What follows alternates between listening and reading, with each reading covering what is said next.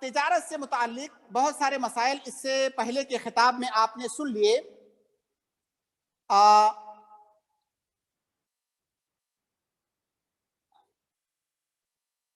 ایک مسئلہ تجارت کے سلسلے میں یہ ہے کہ بہت سارے لوگ کسی تجارت میں پارٹنر ہوتے ہیں.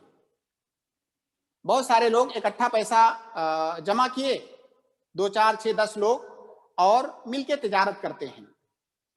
تو مان لیجئے 10 لوگوں نے مل کے 1 کروڑ روپیہ اکٹھا کیا، تجارت کر رہے ہیں. ہر آدمی کا اس میں سے 10 لاکھ ہے. اب جب سال گزرے گا اس مال پر تو اس میں زکوٰۃ نکالنے کا طریقہ کیا ہوگا؟ کیا پورے مال کو اکٹھا کر کے زکوٰۃ نکالیں گے یا ہر آدمی اپنے مال کی زکوٰۃ نکالے گا؟ اگر ہر آدمی کا مال اتنا ہے جس پر جو نصاب کو پہنچ رہا ہے، سال گزر رہا ہے اس پہ، اور وہ لوگ ایک ساتھ میں زکوٰۃ نکال دے رہے ہیں تو کوئی حرج کی بات نہیں ہے، ساتھ میں زکوٰۃ نکال سکتے ہیں.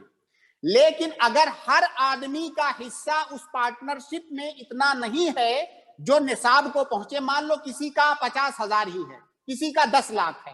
اب 10 لاکھ والے پر تو زکوٰۃ واجب ہوگی، لیکن 50,000 والا اگر ہے، فرض کیجئے کہ 50,000 سے آپ کو 595 گرام چاندی نہیں مل رہا ہے تو آپ پر زکوٰۃ واجب نہیں ہوگی.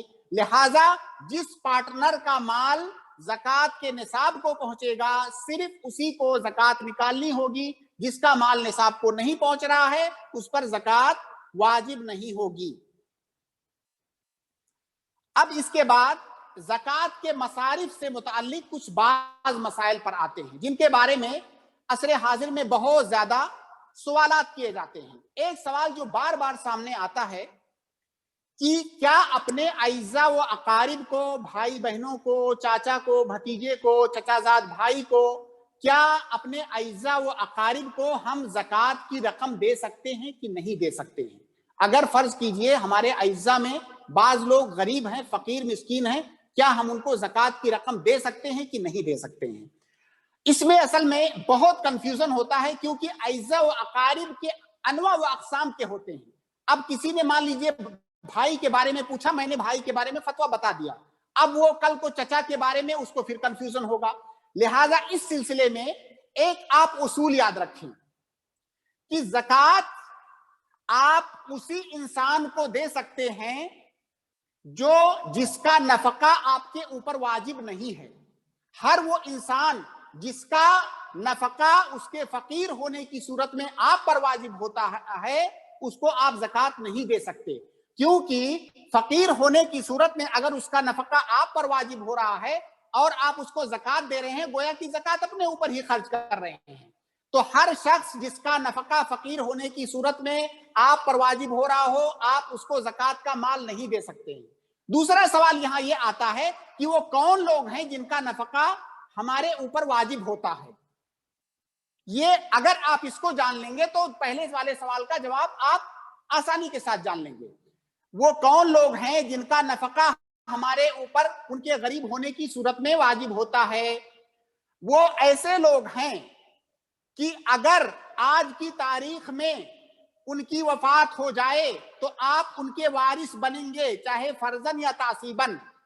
ہر وہ شخص جس کی وفات کی صورت میں آپ اس کے وارث بننے والے ہیں، آج کے ڈیٹ میں اگر وہ فقیر ہو جائے تو اس کا نفقہ آپ کے اوپر واجب ہے. گویا کہ نفقے کا تعلق وراثت سے ہے.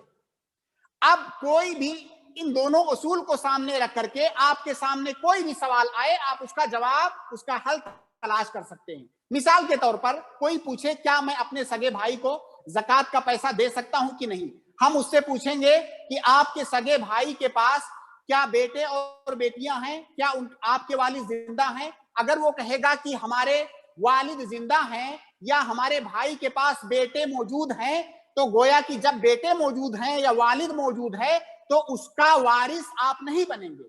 جب اس کے آپ وارث نہیں بنیں گے تو اس کا نفقہ آپ کے اوپر واجب نہیں ہے. جب اس کا نفقہ آپ کے اوپر واجب نہیں ہے تو جب وہ غریب ہو جائے تو آپ اس کو زکوٰۃ دے سکتے ہیں. اسی طرح سے آپ کوئی بھی مسئلہ، کسی بھی عزیز اور قریبی کا مسئلہ آئے تو انہی دو اصول کی روشنی میں آپ اس پر حکم لگا سکتے ہیں کہ کیا اس کو ہم زکوٰۃ کا مال دے سکتے ہیں یا نہیں. ایک مسئلہ اور بہت سارے لوگ پوچھتے ہیں، موجودہ زمانے میں مختلف قسم کے ٹیکس ہوتے ہیں اکثر ممالک میں، بعض جگہوں پر ظلمن اور قہرن اور بہت سارے انواع و اقسام کے ٹیکس لوگوں پر نافذ کیے جاتے ہیں، تو بہت سارے لوگ پوچھتے ہیں کہ کیا زکوٰۃ کی رقم سے ہم وہ ٹیکس ادا کر سکتے ہیں کہ نہیں۔ یہاں پر اصول یہ ہے کہ ہر وہ جگہ جہاں پر زکوٰۃ کا مال دینے سے آپ کو مباشرتاً فائدہ ہو رہا ہو تو وہاں پر آپ زکوٰۃ نہیں دے سکتے۔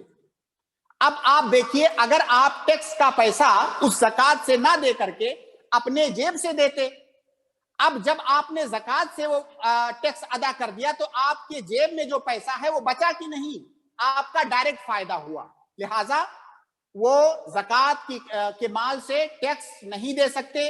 اسی طرح سے بہت سارے لوگ رشوت وغیرہ کے بارے میں سوال کرتے ہیں، حالانکہ یہ ایک مستقل موضوع ہے کہ رشوت دینا کب جائز ہے۔ جہاں پر جائز ہے وہاں پر بھی رشوت کی شکل میں زکوٰۃ کی رقم نہیں دی جا سکتی، کیونکہ وہاں پر بھی وہی قاعدہ لاگو ہوگا جو ابھی میں نے ذکر کیا۔ فقراء اور مساکین کے لیے گھر بنانے کا حکم زکوٰۃ کی رقم سے۔ بہت سارے لوگ ہوتے ہیں جن کے پاس گھر نہیں ہوتا ہے، تو دیکھیے اگر فقراء اور مساکین کے لیے گھر بنا کر کے گھر ان کی ملکیت میں آپ دے رہے ہیں تب تو یہ جائز ہوگا، بشرطے کہ گھر بنانے میں جو قیمت، جو صرفہ لگ رہا ہے وہ اس مسکین کے 1 سال کے نفقے سے زیادہ نہ ہو۔ میں ریپیٹ کر رہا ہوں، آپ اگر کسی فقیر اور مسکین کے لیے گھر بنا کر کے اس کو دینا چاہتے ہیں زکوٰۃ کے پیسے سے، تو اس گھر کی لاگت اتنی نہ ہو جو 1 سال کے سے زائد کا نفقہ ہو، کیونکہ کسی ایک فقیر کو زکوٰۃ کی شکل میں آپ صرف 1 سال کا نفقہ دے سکتے ہیں، اس سے زیادہ نہیں۔ اس کی حکمت یہ ہے، علماء نے یہ بتائی ہے، شیخ ابن عثیمین وغیرہ نے بہترین گفتگو کی ہے، اس کی حکمت یہ ہے کہ 1 سال کے بعد دوبارہ زکوٰۃ کا مال آئے گا، لہٰذا فقیر کو آپ 1 سال کا نفقہ دیں گے، 1 سال کے بعد دوبارہ زکوٰۃ واجب ہوگی لوگوں پر اور لوگ زکوٰۃ دیں گے، لہٰذا صرف 1 سال کا نفقہ کسی فقیر کو دیا جا سکتا ہے۔ بنا بری اگر کسی فقیر کے لیے گھر بنا کر دے رہے ہیں تو اس میں شرط یہ ہے کہ اس گھر میں 1 سال سے زیادہ کا نفقہ نہ لگ رہا ہو، ورنہ اس کو گھر بنا کر کے نہیں دیں گے بلکہ اس کا کوئی اور حل تلاش کریں گے، جیسے کہ اسی رقم سے کرائے کا گھر لے کر کے آپ اس کو دے دیں۔ زکوٰۃ کے مال سے کنواں وغیرہ کھدوانا، یہ بہت کرتے ہیں لوگ، اس بارے میں سوال بھی ہوتا ہے اور موجودہ زمانے میں بہت منتشر بھی ہے۔ دیکھیے زکوٰۃ کے کچھ مصارف ہیں، انہی مصارف پر ہی زکوٰۃ کا مال خرچ کیا جا سکتا ہے، ان مصارف کا ذکر آپ نے غالباً سنا۔ اب اگر آپ کہیں پر کنواں کھدوا رہے ہیں، کہیں پر کوئی نل لگوا رہے ہیں یا کہیں پر کوئی سڑک بنوا رہے ہیں، تو کیا اس سے جو فقراء اور مساکین یا زکوٰۃ کے مستحقین ہیں صرف وہی فائدہ اٹھائیں گے؟ ہرگز نہیں، ایسا نہیں ہوتا ہے۔ لہٰذا زکوٰۃ کے پیسے سے کنواں کھدوانا، نل لگوانا یا اس طرح کے دوسرے رفاہی کام کرنا یہ جائز نہیں ہے، الا یہ کہ اس نل سے، اس کنویں سے صرف فقراء فائدہ اٹھائیں، جو کہ تقریباً ممکن نہیں ہے۔ لہٰذا اس دروازے کو بند ہی کر دینا چاہیے، کیونکہ ایسا ممکن نہیں ہے کہ اس سے صرف اس کے مستحقین فائدہ اٹھائیں، اس لیے اس دروازے کو بند ہونا چاہیے، اس سے اس طرح کے جو کام کیے جاتے ہیں ان کو نہیں کیا جانا چاہیے۔ ایک بہت اہم مسئلے کی طرف آنا چاہتا ہوں، اس میں تھوڑی سی میں تفصیل کروں گا، جس کے بارے میں جو کہہ سکتے ہیں کہ اس وقت کا سلگتا ہوا موضوع ہے کہ جامعات اور مدارس اور جو دعوتی مراکز ہیں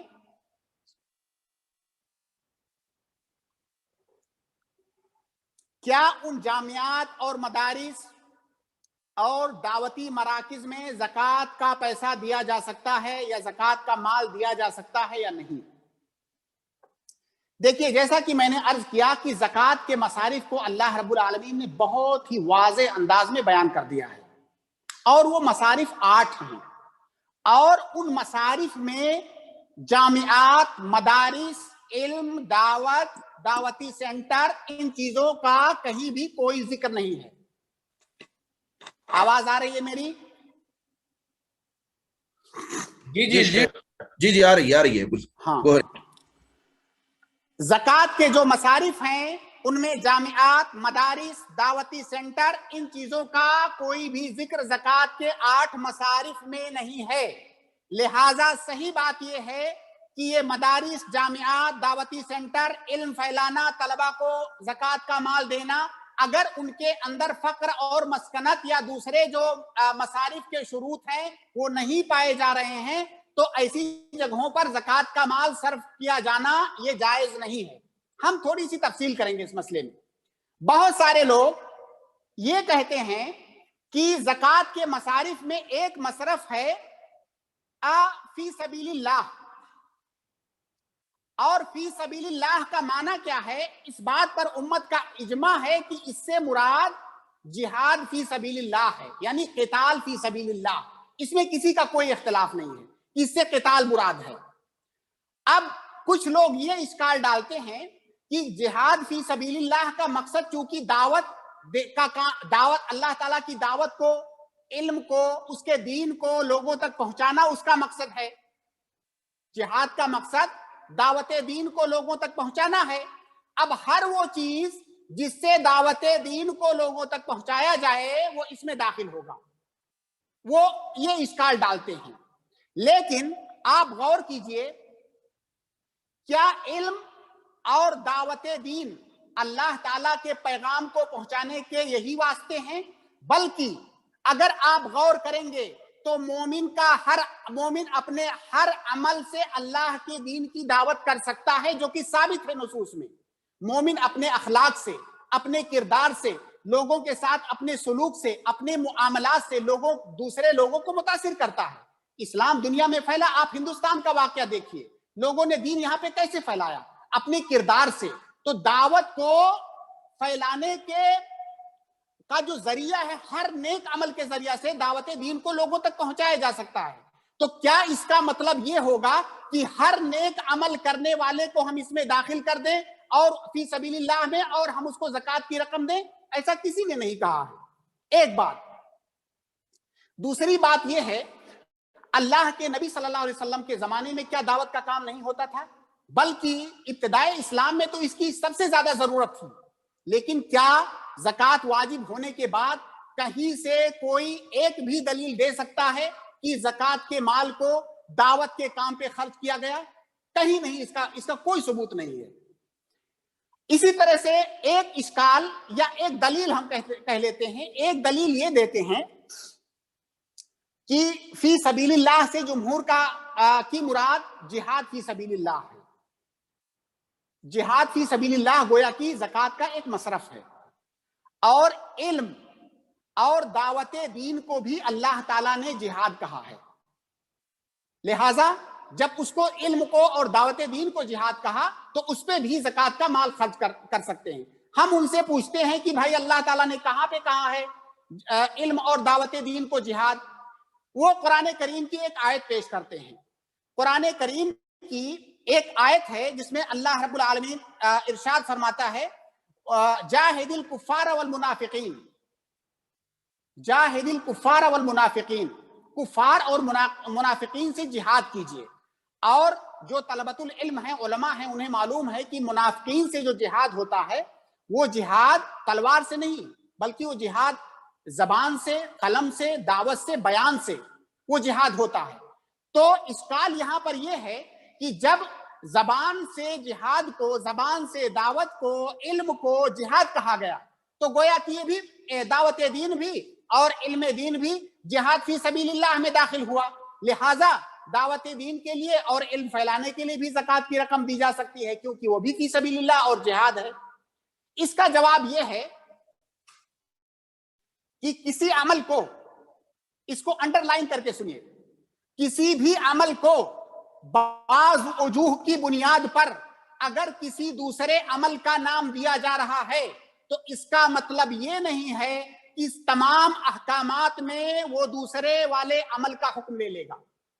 اس کی میں مثال دیتا ہوں. اللہ کے نبی صلی اللہ علیہ وسلم کی ایک حدیث ہے، صحیح حدیث ہے، المجاہد من جاہد نفسہ فی طاعت اللہ، المجاہد من جاہد نفسہ فی طاعت اللہ.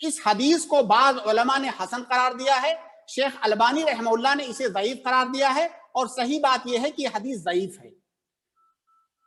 اگر تھوڑی دیر کے لیے ہم اس حدیث کو صحیح مان بھی لیں کہ جو طلب علم میں نکلا وہ فی سبیل اللہ ہے، تو جیسا کہ میں نے عرض کیا کہ فی سبیل اللہ ہر نیک کام کو، ہر اطاعت کے کام کو فی سبیل اللہ کہا گیا ہے، اس کی بے شمار مثالیں شریعت کے اندر موجود ہیں، لہذا فی سبیل اللہ کہہ دینے سے یہ ہرگز ثابت نہیں ہوتا ہے کہ آیت زکوٰۃ میں جو فی سبیل اللہ کہا گیا وہی مراد ہے، اس سے یہ مراد بالکل نہیں ہے۔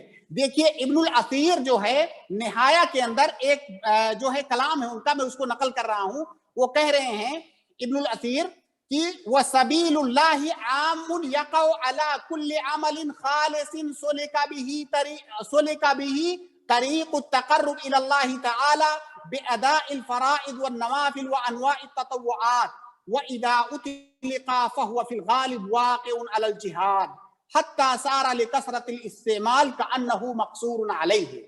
یہ کہہ رہے ہیں کہ ہر عبادت چاہے فرض ہو چاہے نفل ہو اس پر فی سبیل اللہ کا اطلاق ہوتا ہے، لیکن اگر کہیں پر مطلق طور سے شریعت کے نصوص میں فی سبیل اللہ کا ذکر آئے تو اس سے جہاد اکبر مراد ہوتا ہے، جو قتال المشرکین ہے وہ مراد ہوتا ہے۔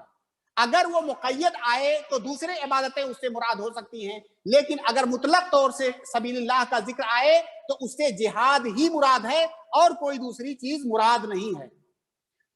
ایک اور حدیث پیش کی جاتی ہے کہ وہ حدیث ہے کہ اذا جاء الموت لطالب العلم وهو على هذه الحالة مات وهو شہید، کہ اگر کسی طالب علم کو موت آئے طالب علم کی حالت میں تو وہ شہید ہے۔ کہتے ہیں وہ جب وہ شہید ہے تو گویا کہ وہ جہاد پہ تھا، اب وہ جہاد پہ تھا تو اس پر جو زکوٰۃ کا مال ہے اس کو خرچ کر سکتے ہیں۔ اللہ کے بندو، پہلے بھی میں نے عرض کیا کہ شہید کہہ دینے سے شہادت کے تمام احکام اس پر منطبق نہیں ہوتے ہیں۔ پہلی بات تو یہ حدیث ضعیف ہے، کہ مسند بزار کی روایت ہے، امام البانی نے اس کو ضعیف کہا ہے، اور مجھے کوئی ایسا شخص نہیں ملا جس نے اس کو صحیح کہا ہو۔ یہ روایت ضعیف ہے۔ اگر یہ روایت صحیح بھی ہوتی تو شہید کہہ دینے سے یہ لازم نہیں آتا ہے کہ مجاہد فی سبیل اللہ کے سارے احکام اس پر فٹ کر دیے جائیں، کیونکہ ہر نیک عمل کرنے والے کو مجاہد یا فی سبیل اللہ کہا گیا ہے۔ خلاصہ یہ ہے کہ زکوٰۃ کے مصارف میں یا فی سبیل اللہ میں جامعات، مدارس، طلبۃ العلم، دعویٰ الی اللہ، یہ چیزیں ہرگز شامل نہیں ہیں، بلکہ صرف وہی چیزیں شامل ہیں جن کا ذکر آیت زکوٰۃ میں ہے، ورنہ اللہ رب العالمین نے حصر کے سیغے کے ساتھ انما الصدقات للفقراء جو حصر کے سیغے کے ساتھ ذکر کیا ہے اس حصر کا کوئی فائدہ نہیں ہوگا، لہٰذا ان 8 اصناف کے علاوہ کوئی بھی اس مصرف میں داخل نہیں ہوگا۔ صحیح بات یہ ہے، البتہ کوئی جامعہ یا کوئی مدرسہ یا کوئی جگہ ایسی ہو سکتی ہے جہاں پر فقراء اور مساکین طلبہ پڑھتے ہیں۔ اگر فقراء اور مساکین طلبہ یا مستحقین طلبہ پر خرچ کرنے کے لیے آپ زکوٰۃ کی رقم لیتے ہیں تو آپ لے سکتے ہیں، کیونکہ وہ اس کے مستحق ہیں۔ آپ وہ جو رقم لے رہے ہیں اور ان پر خرچ کر رہے ہیں، اس لیے خرچ نہیں کر رہے ہیں کہ وہ طالب علم ہیں، بلکہ اس لیے خرچ کر رہے ہیں کیونکہ وہ فقیر اور مسکین ہیں۔ فقر اور مسکنت کی صفت کی وجہ سے ان کے لیے زکوٰۃ کی رقم حلال ہے، اس لیے حلال نہیں ہے کہ وہ طالب علم ہیں۔ لیکن یاد رہے کہ اگر زکوٰۃ کی رقم طلبہ پر خرچ کرنے کے لیے لے رہے ہیں تو صرف ایسے طلبہ پر وہ رقم خرچ ہونی چاہیے جو طلبہ اس کے مستحق ہیں، کسی اور پر وہ رقم خرچ نہیں ہونی چاہیے۔ بلڈنگ یا عمارت یا مدرسہ، ہاسٹل بنانے کے لیے وہ رقم خرچ نہیں ہونی چاہیے، کیونکہ اس کا استعمال دوسرے غیر مستحقین بھی کرتے ہیں۔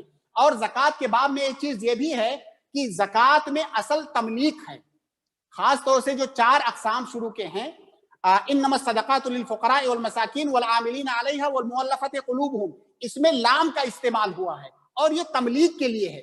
جب آپ نے بلڈنگ بنائی، طلبہ اس میں رہ کر کے انہوں نے تعلیم حاصل کیا، وہ چلے گئے، بعد میں ہو سکتا ہے اس کو دوسرے لوگ استعمال کریں، آپ نے تملیک نہیں کیا، وہ تھوڑے دنوں تک انہوں نے استعمال کیا پھر چلے گئے۔ لہٰذا بلڈنگ وغیرہ بنانا، خاص طور سے اگر اس کو غیر مستحقین استعمال کرتے ہیں تو یہ بھی جائز نہیں ہے۔ گویا کہ جواز کی صرف ایک صورت ہے کہ اس کو آپ صرف مستحقین طلبہ پر اگر خرچ کرنا چاہتے ہیں تو آپ لے سکتے ہیں، ورنہ زکوٰۃ کی رقم کو آپ اس طرح کے مراکز میں، جامعات میں، مؤسسات خیریہ میں، مراکز دعویہ میں آپ خرچ نہیں کر سکتے۔ ایک آخری مسئلہ جس پہ تھوڑی سی بات کروں گا اور اسی پر اپنی گفتگو ختم کروں گا، یہ مسئلہ تقریباً پہلے مسئلے پر یہ مسئلہ مبنی ہے، اور یہ مسئلہ کہہ سکتے ہیں کہ پہلے والے مسئلے سے بھی زیادہ گمبھیر اور خطرناک ہے۔ بہت سارے اخوان سوال کرتے ہیں، اور چند دنوں پہلے میں نے لوگوں کی بحث سنی فیس بک پر۔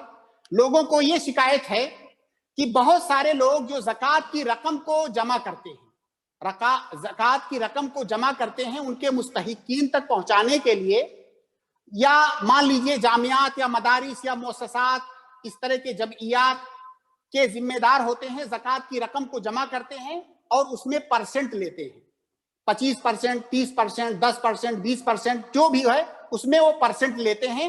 تو ان کے ایسا کرنے کا حکم کیا ہے؟ بہت غور سے سنیے، کیونکہ مسئلہ بہت ہی حساس ہے اور بہت ہی نازک مسئلہ ہے، اور اس کو جاننا اور سمجھنا بہت ضروری ہے۔ پہلی بات تو یہ، جیسا کہ میں نے عرض کیا کہ اس طرح کے مراکز دعویہ پر زکوٰۃ کی رقم کو خرچ کرنا جائز نہیں ہے، کیونکہ اس کے مصارف میں نہیں ہیں۔ لیکن ہم نے فرض کیا کہ کوئی مدرسہ ایسا ہے جہاں پر فقراء طلبہ بھی پڑھتے ہیں جو کہ زکوٰۃ کے حقیقت میں مستحق ہیں۔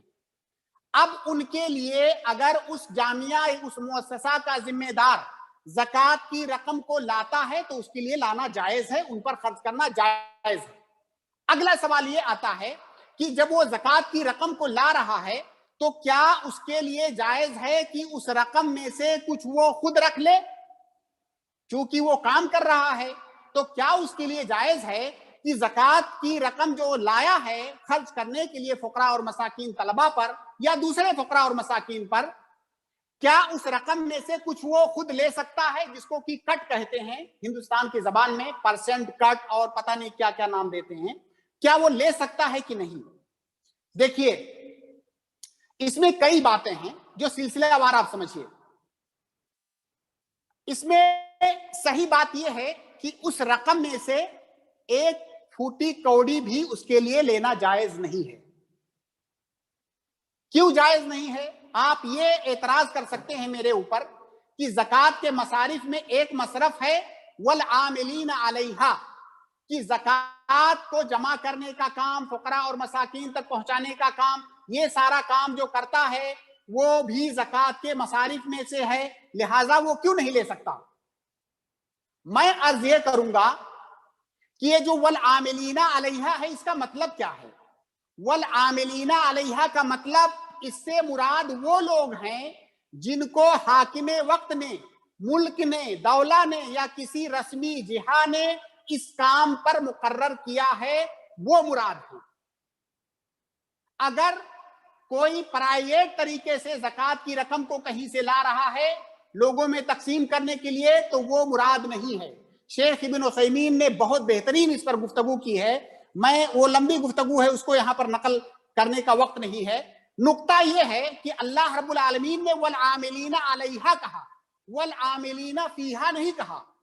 تو والعاملین علیہا کا مطلب ہوتا ہے کہ جس شخص کی اس مال پر ولایت ہو، اور یہ ولایت کیسے حاصل ہوگی؟ جب حاکم وقت یا کوئی رسمی جہہ اس کو والی بنائے گا تب اس کو ولایت حاصل ہوگی۔ جب یہاں پر علیہا کہا گیا، فیہا نہیں کہا گیا، لہذا گویا کہ اگر کسی نے اس کو مقرر نہیں کیا ہے اس پر، تو اپنی طرف سے وہ یہ کام نہیں کر سکتا، اور اس پر والعاملین علیہا کا اطلاق نہیں ہوگا۔ اگر کوئی اپنی طرف سے کر رہا ہے تو گویا کہ والعاملین علیہا نہیں ہے، وہ زکوٰۃ کے مصرف میں نہیں ہے۔ دوسری بات کہ جو شخص زکوٰۃ نکال رہا ہے، جو شخص زکوٰۃ نکال رہا ہے اور آپ کو یا ہم کو وہ پیسہ دے رہا ہے یا رقم دے رہا ہے، اس کو آپ مستحقین تک پہنچا دیجئے، وہ انسان اس زکوٰۃ کے رقم کا مالک نہیں ہے۔ جو زکوٰۃ نکالنے والا ہے وہ اس رقم کا مالک نہیں ہے، زکوٰۃ نکالنے کے بعد وہ دوسرے لوگوں کا حق ہو گیا۔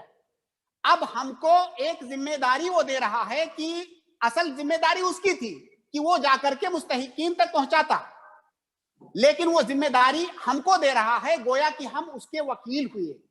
تو ہم کس کے وکیل ہوئے؟ جو زکوٰۃ ادا کرنے والا ہے ہم اس کے وکیل خاص ہوئے.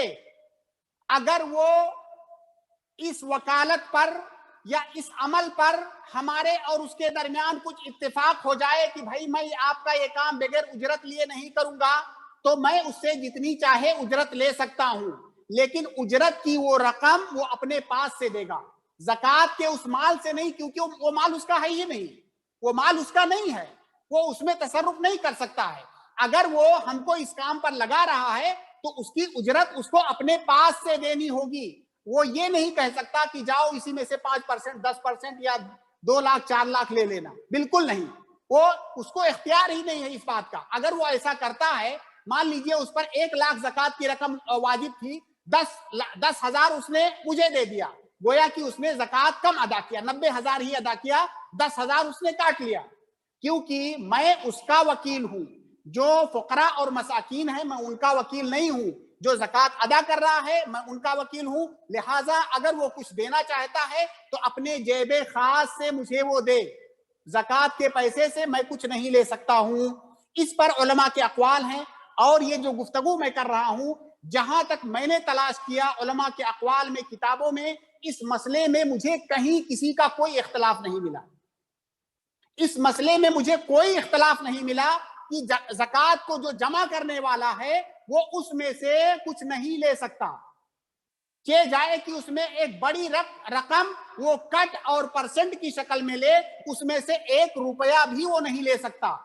کیونکہ اگر وہ چاہے تو تبرعاً وہ کام کرے، تبرعاً نہیں کرنا چاہتا ہے تو جو زکوٰۃ کو ادا کرنے والا شخص ہے وہ اس کی اجرت دے. وہ اس میں زکوٰۃ کا مال وہ فقراء اور مساکین اور مستحقین کا حق ہے، اس میں سے کچھ نہیں لے سکتا. اور اس میں مجھے کسی بھی عالم کا کوئی اختلاف نہیں ملا. لیکن یہاں پر ایک بہت اہم بات ہے، وہ یہ کہ ہندوستان یا ہندوستان جیسے دوسرے جو ممالک ہیں جہاں پر حکومت یا کسی دوسرے جہہ کی جانب سے ایسا کوئی انتظام نہیں ہوتا ہے کہ زکوٰۃ کو اکٹھا جمع کیا جائے، کوئی جو ہے جمعیہ ہو زکوٰۃ کو جمع کرے، اس کے پاس کام کرنے والے لوگ ہوں جو زکوٰۃ ادا کرنے والوں کے پاس جائیں، وہاں سے لا کے جمع کریں، پھر مستحقین تک پہنچائیں. یہ بہت سارے ملکوں میں، جن میں سے ہندوستان بھی ہے، یہاں پہ ایسا کوئی انتظام نہیں ہے. اگر ہم کو یہ خطرہ ہو کہ اگر ہم نے جو زکوٰۃ ادا کرنے والے ہیں، اگر ہم نے ان سے زکوٰۃ کو نہیں وصولا اور مستحقین تک نہیں پہنچایا تو یہ ضائع ہو جائے گا اور پورا فوضا ہو جائے گا اور اس میں بہت بڑی مفسدت ہو جائے گی. اگر ایسی صورتحال ہے تو ہم مصلحتاً ایسے شخص کو جو زکوٰۃ جمع کر رہا ہے اس کو ہم والعاملین علیہا کے قائم مقام کہہ سکتے ہیں. مصلحتاً، دیکھیے اصلاً اس کا وہ حکم نہیں ہے، ہم مصلحتاً بحالت مجبوری جو شخص زکوٰۃ کا پیسہ دوسرے سے لا کر کے خرچ کر رہا ہے فقراء اور مساکین پر، ہم ایسے شخص کو والعاملین علیہا کے قائم مقام بحالت مجبوری کر سکتے ہیں، کیونکہ ہمارے یہاں ایسا کوئی انتظام نہیں ہے. لیکن اس کو انڈر لائن کر کے سنیے، اگر ہم زکوٰۃ کو جمع کرنے والے کو والعاملین علیہا کے قائم مقام مان لیں تو یہ کتنا لے سکتا ہے؟ کیا اس میں پرسنٹ لے سکتا ہے؟ اپنی مرضی سے لے سکتا ہے؟ جو چاہے لے سکتا ہے؟ ہرگز نہیں. اس کو اجرت المثل دیا جائے گا. جو شخص زکوٰۃ کا مال جمع کر کے لا رہا ہے وہ صرف اجرت المثل اس میں سے لے سکتا ہے. اور یہ بھی میں نے جیسا کہ عرض کیا، یہ اس صورت میں ہے جب ہم مجبوری کی حالت میں جی رہے ہیں، مجبوری والے ماحول میں، صرف اسی صورت میں تو وہ اس میں سے اجرت المثل لے سکتا ہے. اجرت المثل کا مطلب کیا ہے؟ جو پڑھے لکھے لوگ ہیں ان کو اس کا مطلب بخوبی معلوم ہے. اجرت المثل کا مطلب ہوتا ہے کہ میرے جیسا شخص، جیسے مان لیجیے میں زکوٰۃ کا پیسہ لا رہا ہوں اور مجھے اجرت المثل لینا ہے. اب میں یہ دیکھوں گا کہ میرے سماج اور معاشرے میں میرے جیسے شخص